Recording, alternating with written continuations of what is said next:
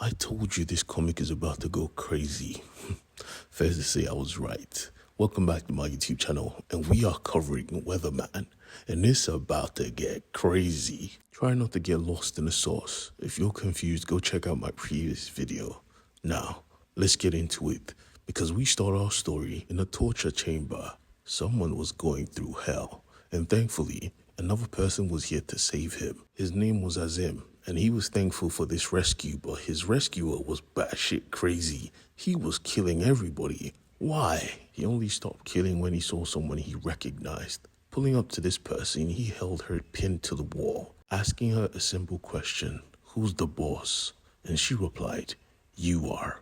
Azim was confused, only to look at his rescuer and realize he was the person that put him here.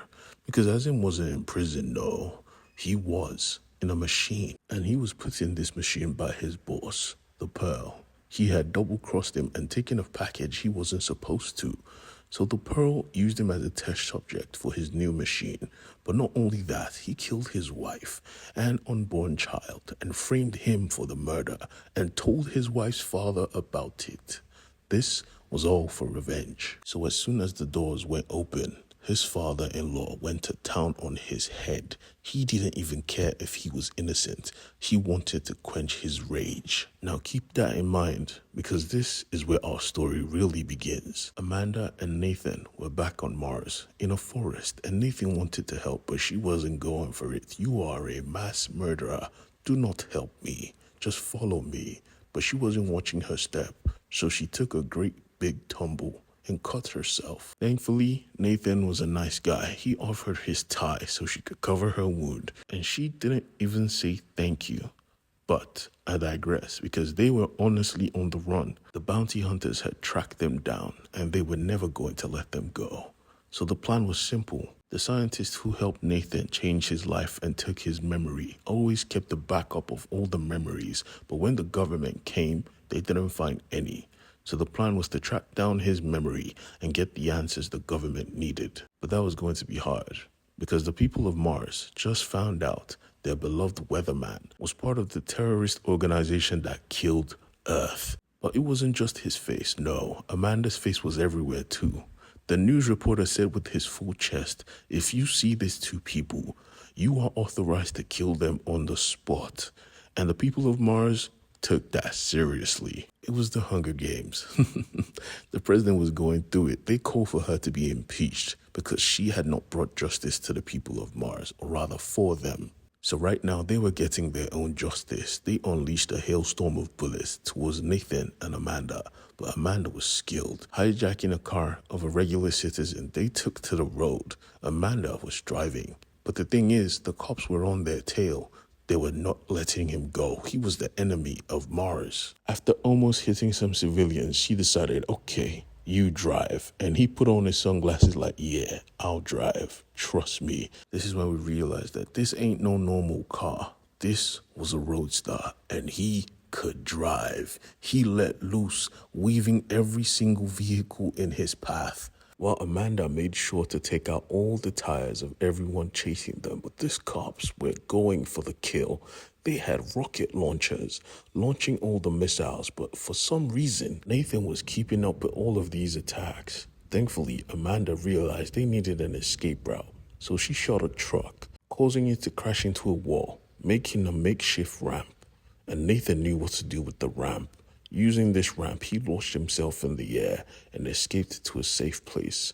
But all this was captured on live television, so the bounty hunters knew exactly where to find them. Their only option was to lay low, and on the streets they found a narcotic that allows people to live their past, allowing them to see the people they lost on Earth. But Nathan finally realized something.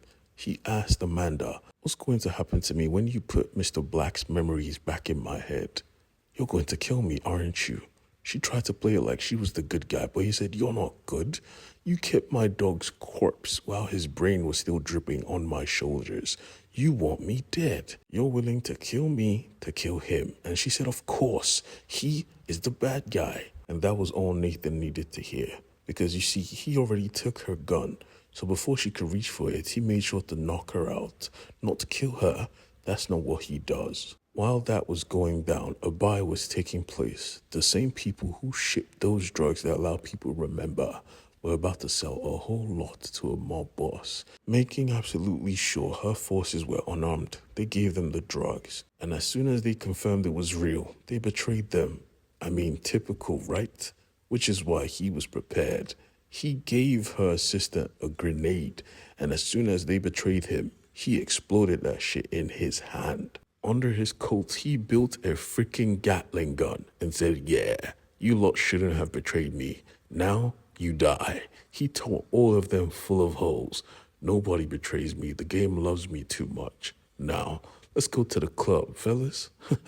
He was having the time of his life. But at that moment, Amanda was having a flashback. She remembers her day in the park with her son, the day she lost everything, the day she saw the cloud coming and everybody falling apart.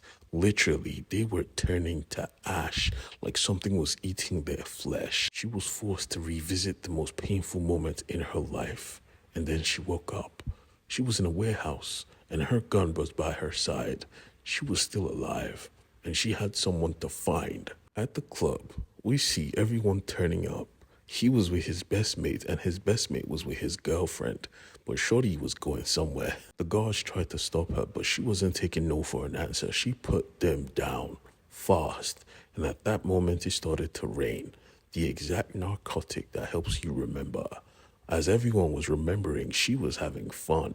She was cleaning the floor with goons, wielding knives and hammers, while she just had a weapon, and he was bloodied already. She smiled, "Come forth and die." The leader of the gangsters gave the world a gift of remembering everyone they had lost, while he even took his best mate's girl.